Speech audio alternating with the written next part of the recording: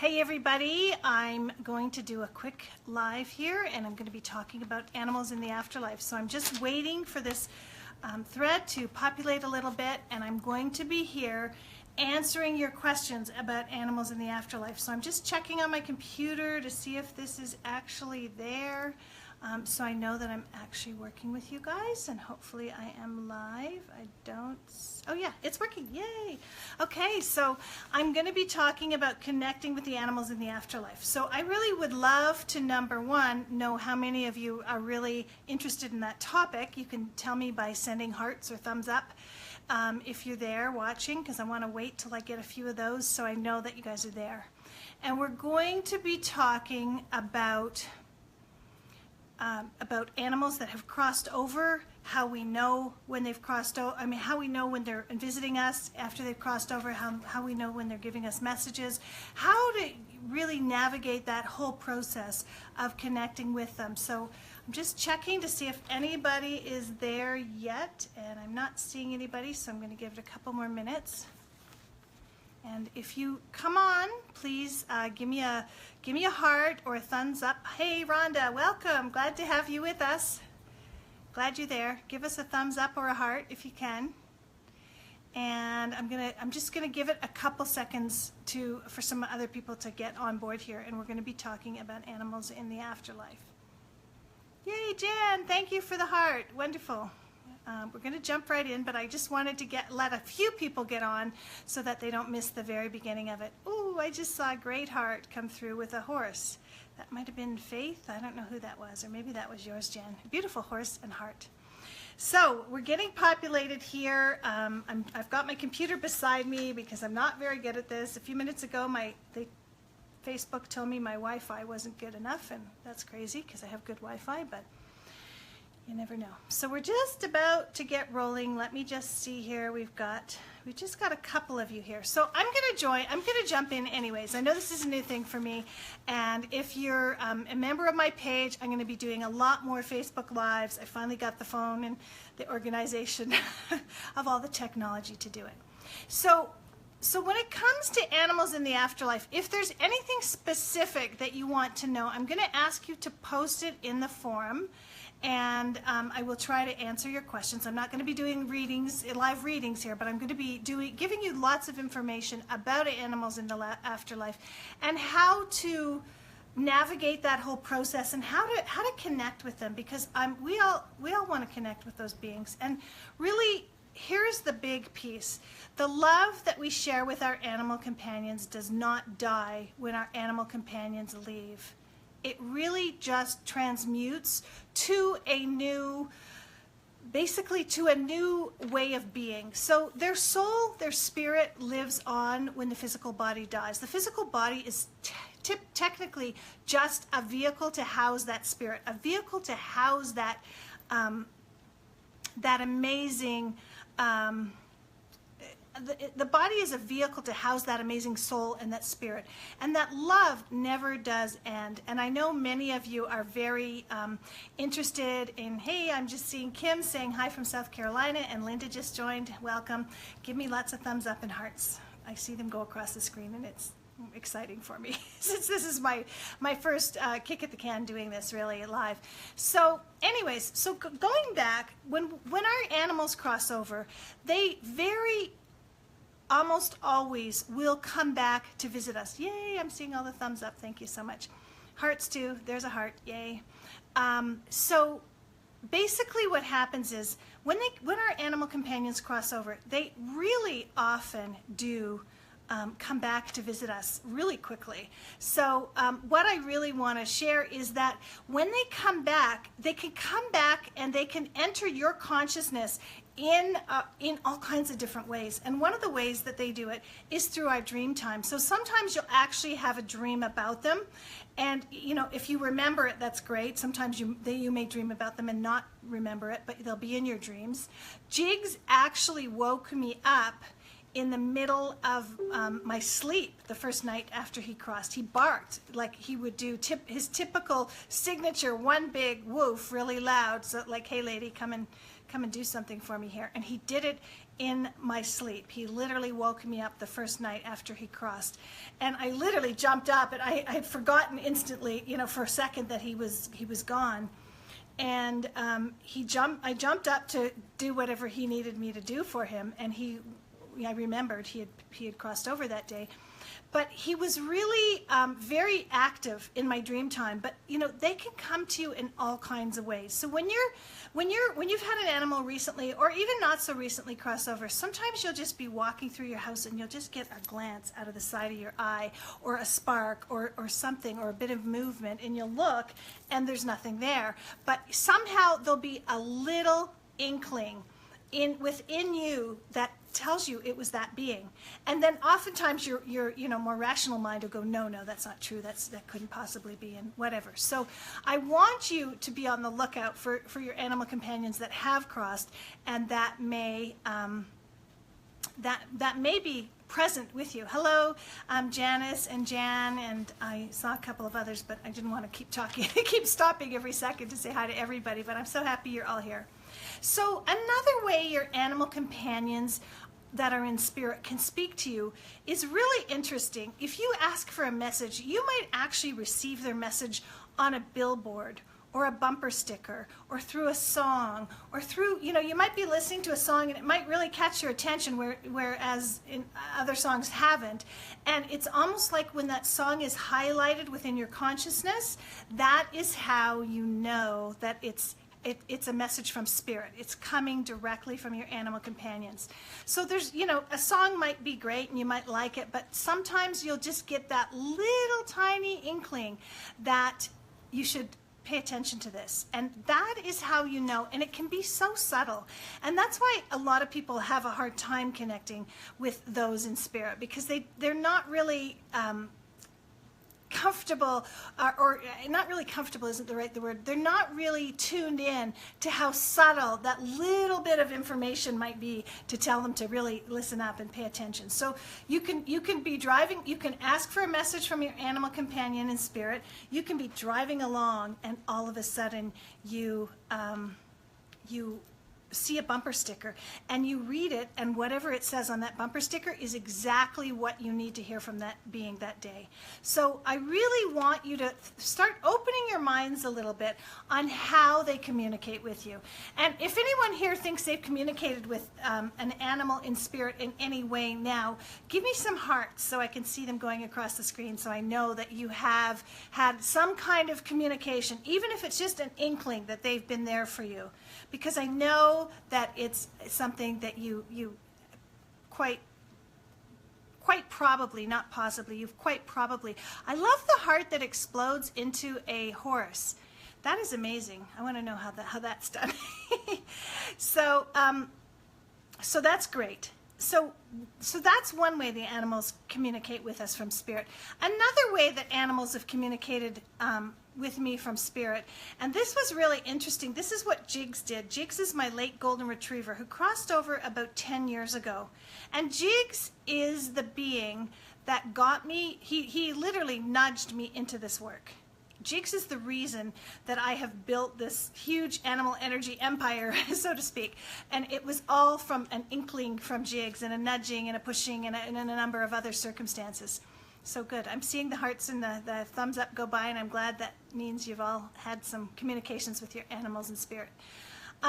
So what Jigs did after he crossed over, it was really unusual. And animals, by the way, another piece I want to share is our animal companions really, more often than not, and even our human companions for that matter, will cross over on an auspicious date of some way, shape, or form. It might be a new moon, it might be a full moon, it might be an eclipse, it might be, I always look up the astrological impact. So I will put the date in and put auspicious day and see what's going on, because there can be all kinds of things going on. Allison says, yes, my pets communicate with me, a huge blessing. Yay, Allison, awesome, thanks for saying hi from New York. I was in New York teaching at Lilydale last summer. Wished you had been there. So anyways, what Jigs did, Jigs, my late golden retriever, was after he crossed over, which happened to be on my parents' wedding anniversary, he I was, well, and there was more to it. I did Google the date, and it really made a lot of sense once I Googled what was really going on in that date, because it's like there's a portal or an opening for them to cross over, or for them to transition. It's like their soul or spirit has more to do on the spirit realm, or has something new to do. It's like transitioning from one kind of place to another. It's some of them even show it almost like changing their outfit. You know, they don't think about death the same way we do. They think about death as naturally as they think about birth. So Jigs, I was on the phone with my mother, and I was quite sad. However, I was also very much connected with Jigs. And if some of you have had connections, type them in to the chat bar, and I'm going to be answering some of your questions as well.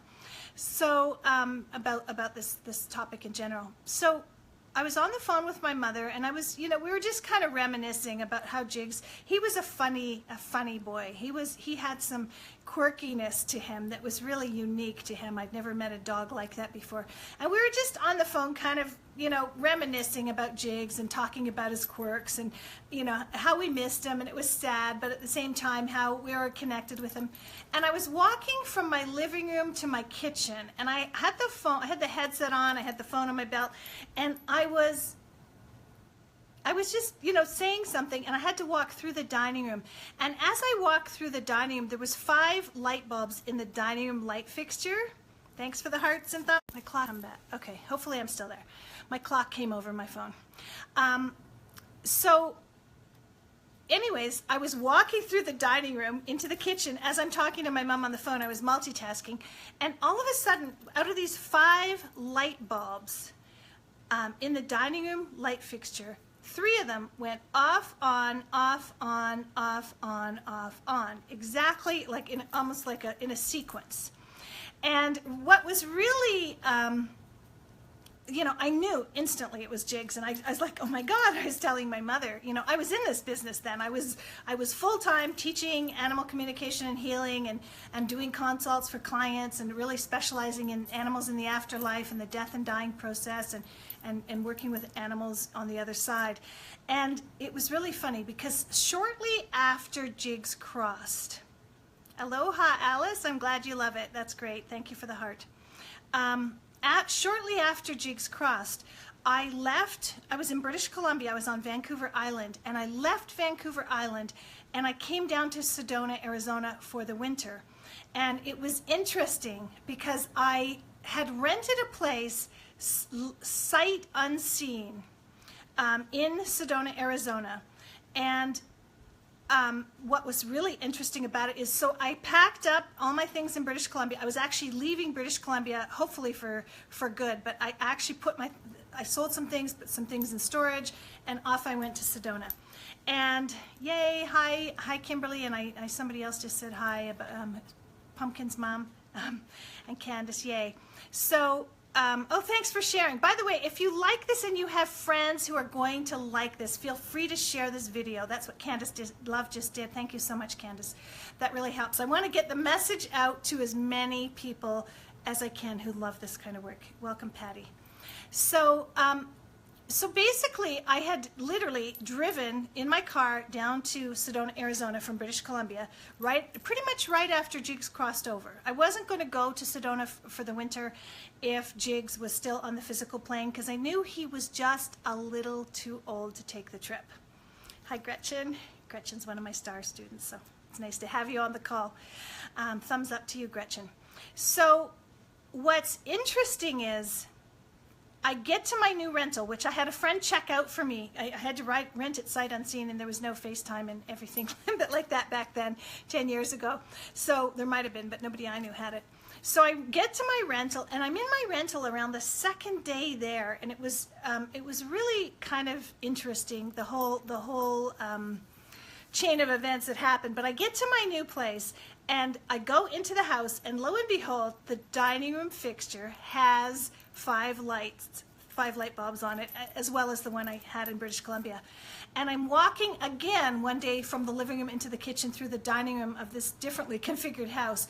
And out of the 5 light bulbs, 3 light bulbs go off, on, off, on, off, on, off, on, in exactly the same number and sequence as they did right after Jigs crossed. I think it was within about a day and a half or so that he did it the first time. And it was probably, by this point, about a month, just like 5 weeks or something, the second time he did it. Oh, and Brittany's asking your thoughts on seeing dragonflies after one has passed. Absolutely, that, like, our beings on in spirit can often come to us through any other being, but I've noticed quite frequently they come in winged beings like birds, dragonflies, butterflies, anything with wings. I mean, it can literally be anything. They can come and visit us in a bug. You know, I had a friend who lost her daughter, and after her daughter crossed, she saw this really unusual bug that she'd never seen before, and it had 7 spots on it, and her daughter was 7 when she crossed, and she knew in her heart that that was her coming with a message. So they really, you know, they come to us in messages that we will understand. Yes, Diane is saying hummingbirds, absolutely. And Allison is saying that her Ruby comes as cardinals, and that's really cool because her name was Ruby and she's coming as a red bird. That's sort of how they kind of work with us in things that will mean something to us. They can send us rainbows. They can send us really interesting cloud configurations. Jigs, when I left Victoria for my big trip, when I actually packed up my house where I was living and left, and I was driving down the island of Vancouver Island, I was going to stay with a friend overnight, and then I was going to continue on to my my big journey to Arizona. I looked up, and Vancouver Island is extremely, extremely cloudy. And I just looked up, and there was a clearing in the clouds, and in that clearing was like an angel kind of fairy being. And I couldn't believe how completely accurately it was depicted. It was like, and as soon as I looked at it, Jig sent me the message that this is only for you, and if anybody else looked at this, they wouldn't even be able to see the fairy. And I was driving, I couldn't take a picture of it, and it was back before the days that I probably even had a camera phone back then. But it was really, really phenomenal how that happened. So they speak to us, like I said, in many different ways. You could even be reading a book and read a line, and it could mean something to you, and it could, you know, trigger something within you, and you would know that they're speaking to you. So I just want to make sure I cover some of the topics that I wanted to talk to you about. So the thing is, they are around you after they cross, and they're around you whether you notice it or not, you know, whether you're aware of it or not. And one way to really increase your awareness of your animal companions after they cross is, number one, to request that they be around, and then also to request from spirit, from the divine, whatever you want to call it, goddess, that you notice. You know, that's the big thing. They're there whether or not you notice. And like I mentioned at the beginning of this audio or video, is that when they come to you, if you're really in deep, deep grief, it's kind of like it's like a barrier between, a veil between you and their communication. And that's okay. It's not that I'm saying not to grieve. Grieving is good and it's important to do. But also you could really have the strong intention within you that you are going to be able to be open, that you're going to be able to see what's going on so that you can have that interaction with them. So when you're going through grief, there's all kinds of things that you can do to help clear the grief of losing your animal. Hey, I just saw Martha. I haven't seen you in years. Hello, Martha, and hello, Lonnie. So anyhow, when you're wanting to clear grief, you can do it by literally visualizing that the emotion moving through your body, so that it actually moves through your body and leaves as you're grieving. And you can use things like flower essences. We have an amazing grief relief blend in our line of animal energy flower essences. It's phenomenal. It's got probably 30 some odd essences in it to cover every aspect of grief that we could possibly think of, and that spirit could channel through us, and the flowers could channel through those beings, those nature spirit beings. And then there's also the homeopathic ignatia. There's all kinds of things you can do. So so one of your goals should be to kind of work through the grief so that you can see the messages or connect with the animal companion in spirit, and really let them know that about what it is that you're what you're feeling, and that you want them to come to you. Christine is saying, what about rainbows or prisms? Yes, I talked just about that a few minutes ago, Christine. So you can absolutely, and the person above you, I can't see your name, but said a hummingbird came right into their house. Unusual things can happen like that, but yes, rainbows and prisms, even just a little like flicker of light at the side of your eye, like something that almost is nothing, can be how they come to you.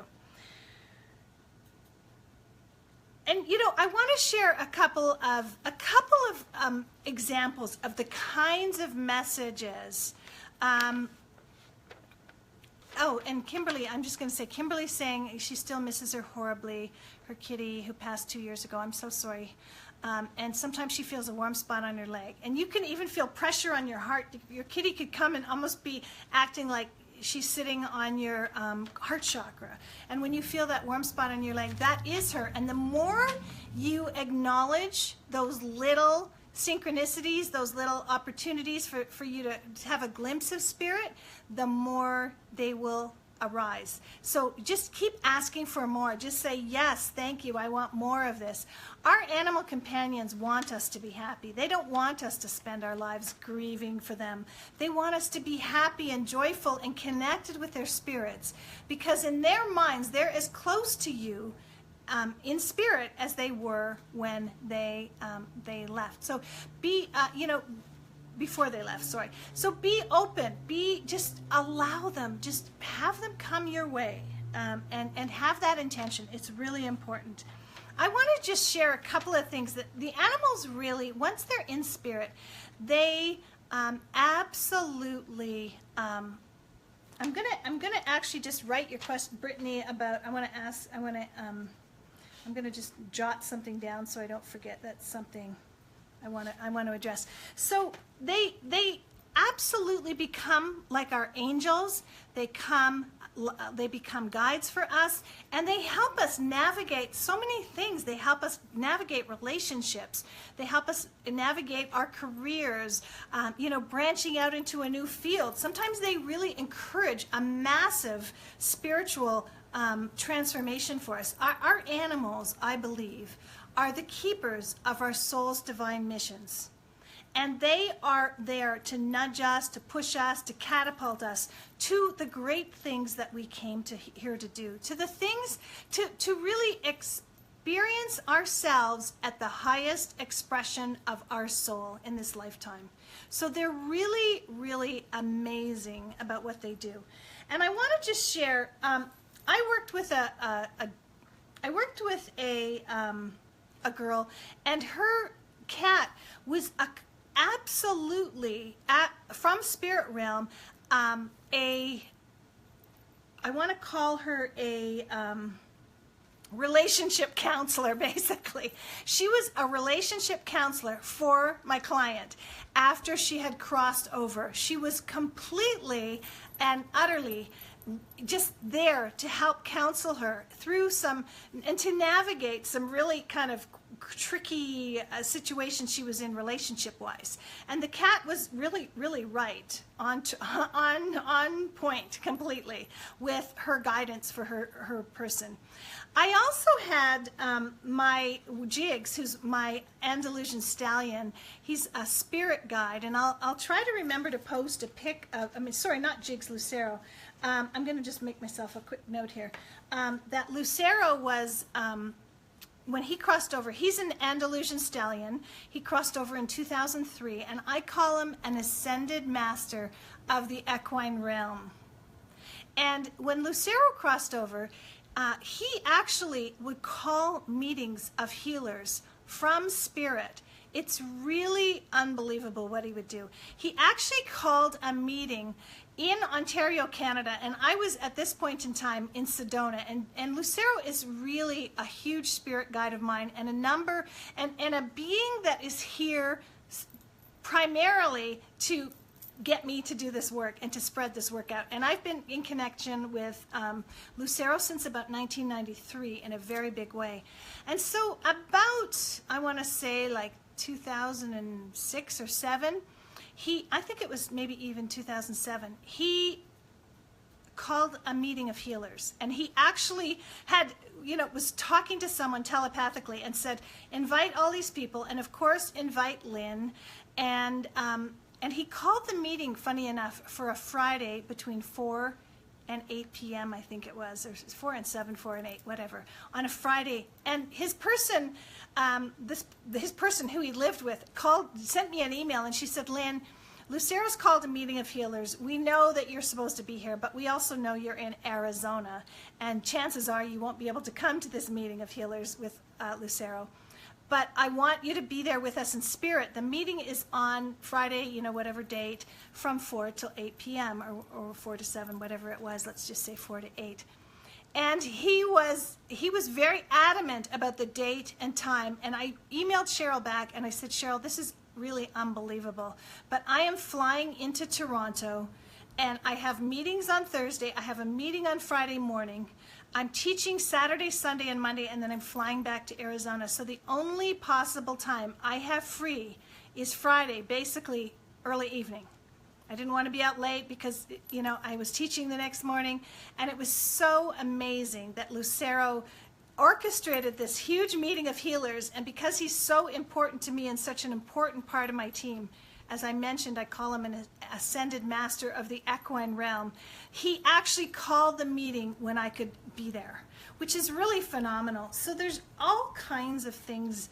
When I connect in with the animals, I find that they often want to counsel people in relationship to the direction of their life, to their soul's divine mission, what their next steps are, because they're all about us expressing our true nature. We're like snowflakes, and they help us to express their true nature. So Brittany asked, do they wait for us and meet us in heaven? So Brittany, there's a couple of answers to that question. And I always say, if your belief systems are slightly different than mine, I'm not ever trying to convince someone to believe in my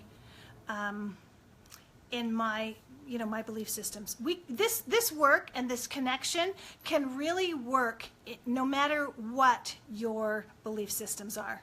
So my belief system is, number one, animals can reincarnate and will come back to us, for lifetime upon lifetime. Lucero had been with me in many lifetimes, and we reconnected in this lifetime, even though he wasn't my horse. And then, so the way it happens is when they cross, sometimes jigs didn't, Darlene, I'm just talking about that. Maybe the comments I think are coming in delayed from when you type them. So hopefully you're still there and hearing this. So our animals do come back to us many, many times. When Jigs crossed, he actually let me know that he was done his incarnation at that point in time.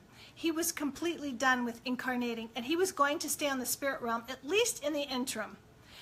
Because he had things to do from there, and he was going to help my students. I have a huge group of students who are in programs that were all inspired by Jigs and Lucero. So he wanted to help them from there, and that's what he decided to do, and that was absolutely fine with me. But many of our animals reincarnate. And reincarnation is a little bit different now than it even was maybe 10 years ago. It's kind of interesting because when they reincarnate, they sometimes are in that body 100% of the time, and they are sometimes kind of in and out. So you might see glimpses of that being that you had in the last lifetime coming in and out of the current being, but it may not be 100%, and that's not bad. It just is how it is. So I believe that we are completely reunited with our animal companions many times on this lifetime. Excuse me, very often on this lifetime, and sometimes over and over and over again in this lifetime. And then other times it can be that we're reunited with them when we cross. What the animals show me is that our spirits traverse the universe like this. So even if they're not with you in the physical plane, if they've crossed over, they're with you in your heart. Their souls are connected with your souls, and they travel like two beings together like that. We're very connected to them. And earlier on, I said that, the love that we have for our animal companions does not die with the ending of the physical. Absolutely does not die. And the soul and spirit does not die. There really is no real death. There's death of the physical body, which is simply the vehicle to house that spirit, that beautiful being of light that we connect with. I want to just be sure that I think I might have a live topic on finding our animals. I'm going to write myself a note here because I'm not always that, my memory may not be that good. Finding our animals when it's time for them to reincarnate, because I know that is a topic that that many people are very interested in, and I think it would make a good live. It's too much to add here right now. I'm going to just have a quick peek and see if, sorry, something came up here. I'm going to just see some of your comments here and see if I can, here's the other piece I want to share. And Andrea's just saying, I believe my Mustang Riley is my first horse, Sugar, reincarnated. For any of you, and other people I've seen some comments kind of going up the feed, many of you have stated that kind of a situation, and I want to let you know, when you have that inkling in your soul, when you feel like, oh my gosh, this feels like another being I've known at another time, it is, and so you have to learn to trust. Again, it's very subtle. You're not going to get a knock at your door in a big voice going, your dog is the dog from 5 years ago. Sometimes we want the proverbial 2x4 over the head to really get it, but it's subtle. But if you continue to be open and ask and just encourage more of that, more of it is going to come to fruition for you. Corrine says, and Corine's in my training, one of my cats we've been together before in at least one of their life. I didn't know this was possible until I was shown. Oh, awesome. That's so great. I'm glad you're sharing that. There's so many things. It's amazing that when you, thanks for that heart. It's amazing that once you open to this, and you understand, and you really even learn what is possible, how all of a sudden all these manifestations of it just start coming your way, and Kimberly's asking about the Rainbow Bridge. Are they waiting? So Kimberly, if you have a chance, I want you to go back and listen from the beginning, because I kind of talked about that. I mean, some people call it the Rainbow Bridge, some people call it heaven. It's quite amazing how they interact with us, and how they find us. They find us often, like I said, in this lifetime. Before we cross, they're often back with us in our heart. Oh, that's cute. Delene says that her animal companion came all the way from across the U.S. via a video, and she just knew him right off. And I'm going to share something with you. Years and years ago, I worked with a client who had a dog, and it was a papillon. No, it was not a papillon, oh my gosh, the name's slipping my mind. Holy moly, let me just think.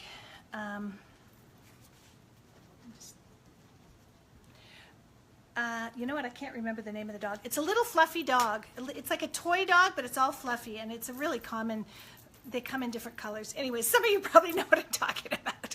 I can't believe it's slipping my mind, but it doesn't matter what kind of dog it was. So this client of mine, oh, a Pomeranian. Of course, when I snooze, I think about something else that pops in my head. So she had a Pomeranian, and her Pomeranian had crossed over. And we had worked together for a lot.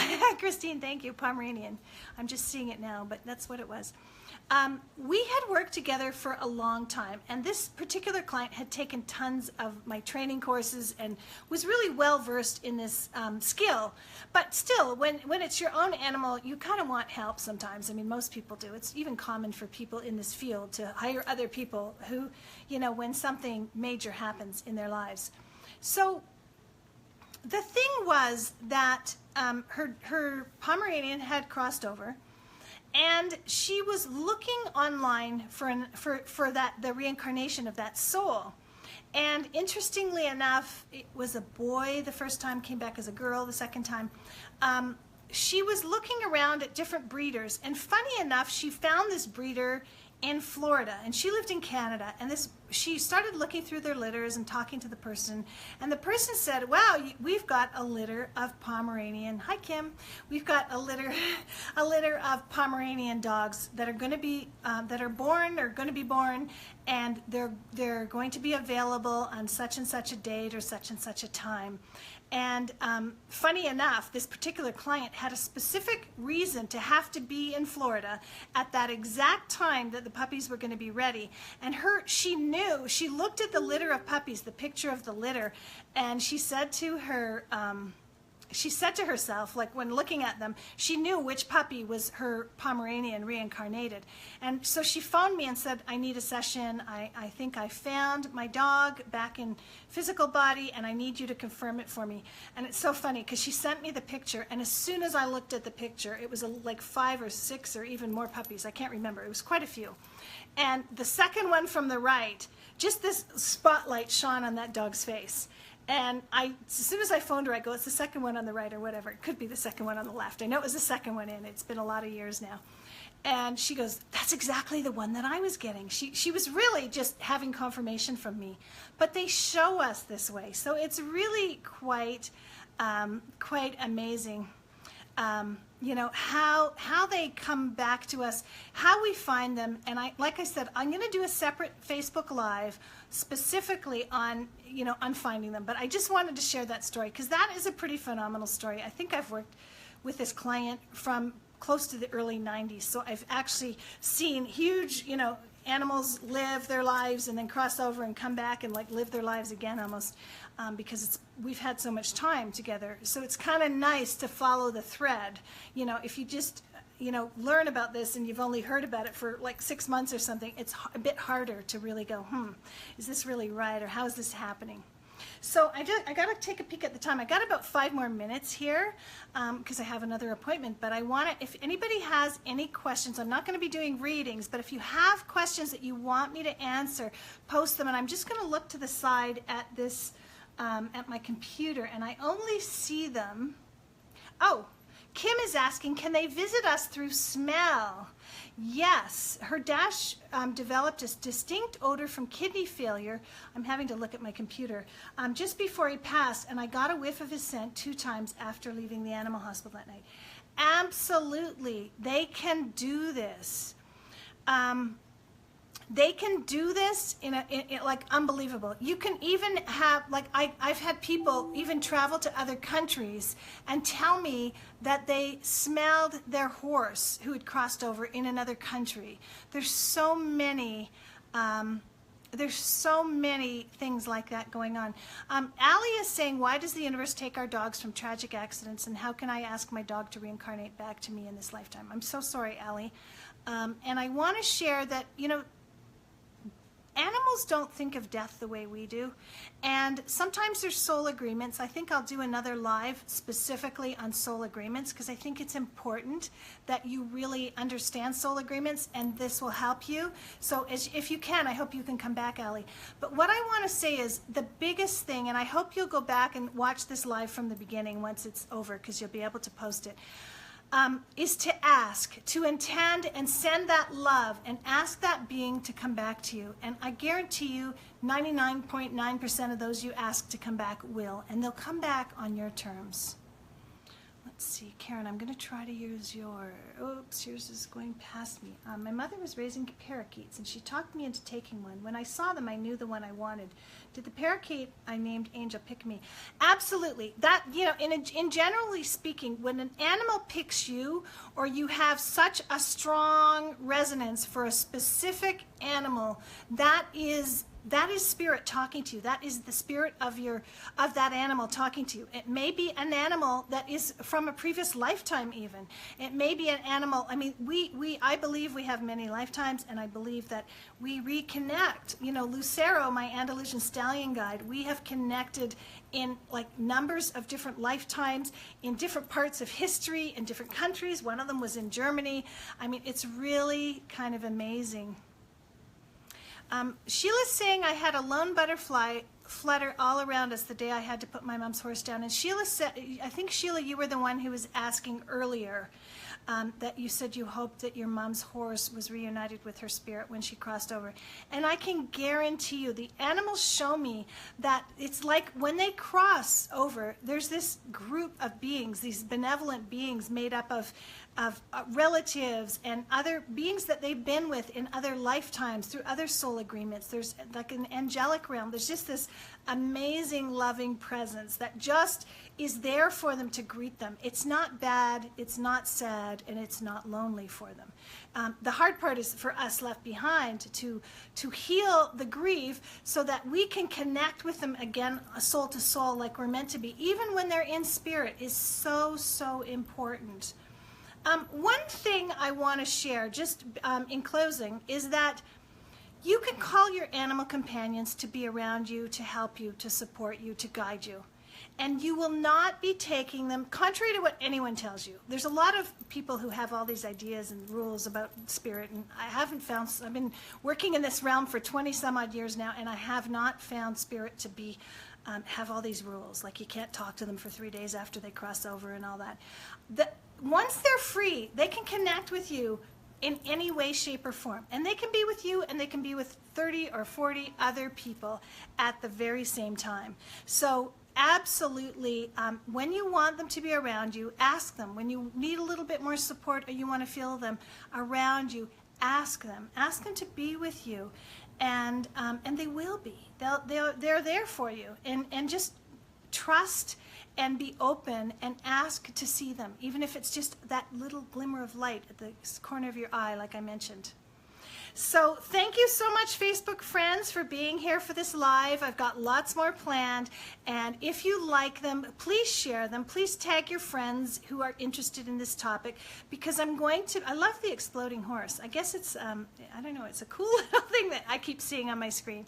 So this is my first one, but there's going to be many, many more. I'm going to do them as often as I can, and there's so much that you can learn. So abundant blessings. Thanks for the love. The hearts are coming along, and it's so nice to see them, and I look forward to connecting with you more on other topics.